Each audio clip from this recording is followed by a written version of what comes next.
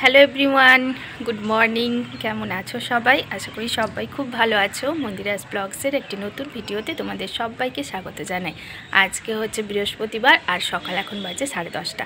আর আমার সমস্ত কিছু সকালের কাজগুলো আজকে করা হয়ে গেছে। মানে আমার ছেলে ঘুম থেকে উঠে পড়েছে আজকে খুব সকাল সকাল।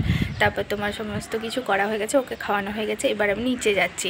তো চলো যাই, যে দেখি তোমাদের সাথে আর কি কি শেয়ার করতে পারি। আজকে কি কি রান্নাবান্না করব।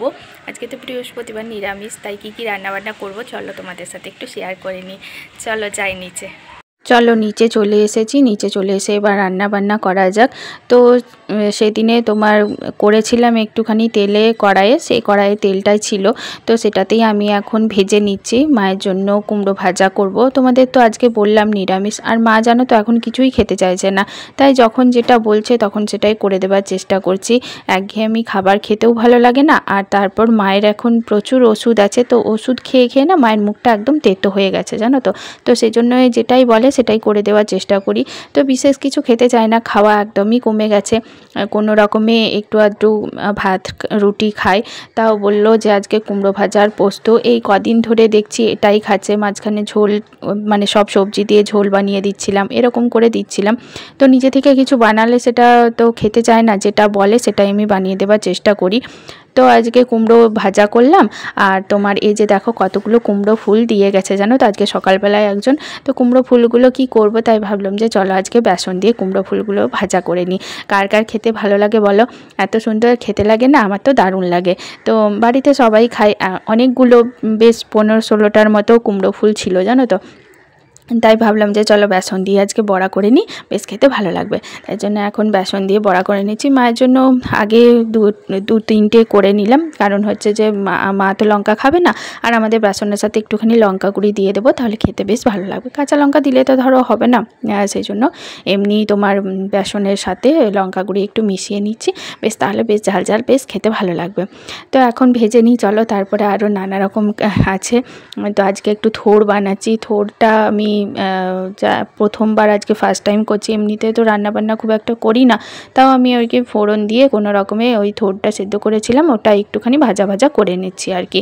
মা অনেক কিছু জানে, মা ডাল দিয়ে করতে বলেছিল, কিন্তু কালকে রাতে আমি ডালটা ভিজিয়ে রাখতে ভুলে গেছি। মানে মসুর ডাল করতে বলে, আর মুগ ডাল দিলেও হয়, কিন্তু আমি আজকে যেহেতু বৃহস্পতিবার মসুর ডালটা করবো না, তাই মুগ ডালটাও দিতে ভুলে গেছি জানো তো, এটাই হচ্ছে ব্যাপার। তো এমনি সেজন্য একটু ভাজা ভাজা করে নিলাম, লঙ্কাটা দিলাম, বেশ খেতে ভালোই লাগছে, এমন কিছু খারাপ লাগছে না। তো থোড় এসব খাওয়া কিন্তু খুবই ভালো। আমার মা প্রচুর পরিমাণে থোড় মোচা এসব খায় জানো তো। মানে আমরাও ছোটোবেলা থেকে খেয়েছি, কিন্তু রান্নাটা খুব জটিল, রান্না করতে আমি জানি না। আর নতুন নতুন এই তো রান্না করছি, তাই জন্য আমি অত কিছু জানিও না, তবে আস্তে আস্তে শিখে যাব। তো যাই হোক, যেমন পারি সেভাবেই রান্না করি না কেন, চেষ্টা তো করি। আর আজকে করব কুমড়োর তরকারি, তাই ছোলা দিয়ে একটু কুমড়োর তরকারি করছি। আমার বর বলো, আমার শ্বশুরমশাই বলো, সবাই একটু ছোলা দিয়ে কুমড়োর তরকারিটা খেতে খুব ভালোবাসে, তাই জন্য তোমার কুমড়োর তরকারিটা ছোলা দিয়ে আজকে বানাচ্ছি। আর তোমার বেশি কিছু দেখাবো না, কারণ এগুলো তোমরা সবাই জানো। আমি বেসিক্যালি তোমাদের থেকে খুব কমই রান্নাবান্না জানি। ঢাকা দিয়ে দিলাম, আলুগুলো একটুখানি ভাজা ভাজা হয়ে যাক। ওইদিকে পাঁচমেশালি ভাজা করব, তাই জন্য বাবা সমস্ত কিছু সবজি কেটে দিয়েছে। দেখো বড়াগুলো সব কিন্তু হয়ে গেছে। আর এদিকে দেখো আমার কুমড়োর তরকারিও কিন্তু রেডি হয়ে গেছে। এবার আমি শুধুমাত্র তোমার ডাল বসিয়েছি, সেটা করব, মুগের ডালটা আর ছকে নেব, আর তোমার ওইদিকে ভাজাটা বসিয়ে দেবো, ব্যাস তাহলে কিন্তু আমার রান্নাবান্না কমপ্লিট হয়ে গেল। আর শুধু এগুলোই করেছি আজকে। আর বলতে যতটা মানে কম সময় লাগছে, রান্না করতে কিন্তু অনেকটাই সময় লাগে, সেটা তোমরা সবাই জানো। তো যাই হোক, আপাতত মুগের ডালটা আমার সেদ্ধ করা হয়ে গেছিলো, আর তারপরে তুমি দিয়ে দিলাম ধনেপাতাগুলো, সমস্ত কিছু দিয়ে দিলাম। আর ওইদিকে কড়াই তেলটাও দিয়ে দিয়েছি, গরম হতে থাকছে। এবার আমি ওই তোমার সবজিগুলো দিয়ে দিচ্ছি, তাহলেই ব্যাস রান্না কমপ্লিট হয়ে যাবে। চলো তাহলে আজকের মতো এই পর্যন্তই। আমার ব্লগ যদি তোমাদের ভালো লেগে থাকে অবশ্যই লাইক করে দিও, শেয়ার করো, কমেন্ট করে জানিও আমাকে আমার ব্লগ তোমাদের কেমন লাগলো। আর চ্যানেলে যারা নতুন আছো তারা প্লিজ চ্যানেলটাকে সাবস্ক্রাইব করে পাশে থেকো, পাশে থাকা বেল আইকনটা অবশ্যই করে ক্লিক করে রেখো, যাতে নোটিফিকেশান সবার প্রথমে তোমাদের কাছে পৌঁছে যায়। আর আমার এই ভিডিও যারা ফেসবুকে দেখছো তারা প্লিজ আমার ফেসবুক পেজটিকেও ফলো করে রেখো।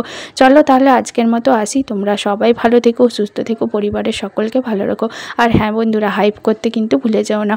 হাইপ করলে কিন্তু আমার চ্যানেল, যারা তোমরা যেমন ভিডিও দেখতে পাচ্ছে সেরকম সবাই, আরও বাকি সবাইরাও ভিডিওটা দেখবে। দেখতে পাবে। তো ভিডিওটা দেখার জন্য একটু সুযোগ করে দিও প্লিজ বন্ধুরা তোমরা সবাই। আর চ্যানেলটা অবশ্যই করে সাবস্ক্রাইব করে রেখো, কারণ হচ্ছে যে নতুন নতুন ব্লগ প্রত্যেক দিন আসতে থাকবে। এবারে পুজোর ব্লগ আসবে, পুজো শপিংয়ের ব্লগ আসবে, সমস্ত কিছু ব্লগ আসবে। এখন যেহেতু রান্নাবান্না বাড়িতে করছি সেই জন্য রান্নাবান্নার ব্লগই আসছে। আর চলো তাহলে টাটা বাই বাই, সবাই ভালো থেকো। আমি এটা বসিয়ে দিলাম, এবার ঢাকা দিয়ে দিই আর ব্লগটাও এখানেই শেষ করছি। তোমরা সবাই ভালো থেকো, সুস্থ থেকো। টাটা বাই বাই সবাইকে।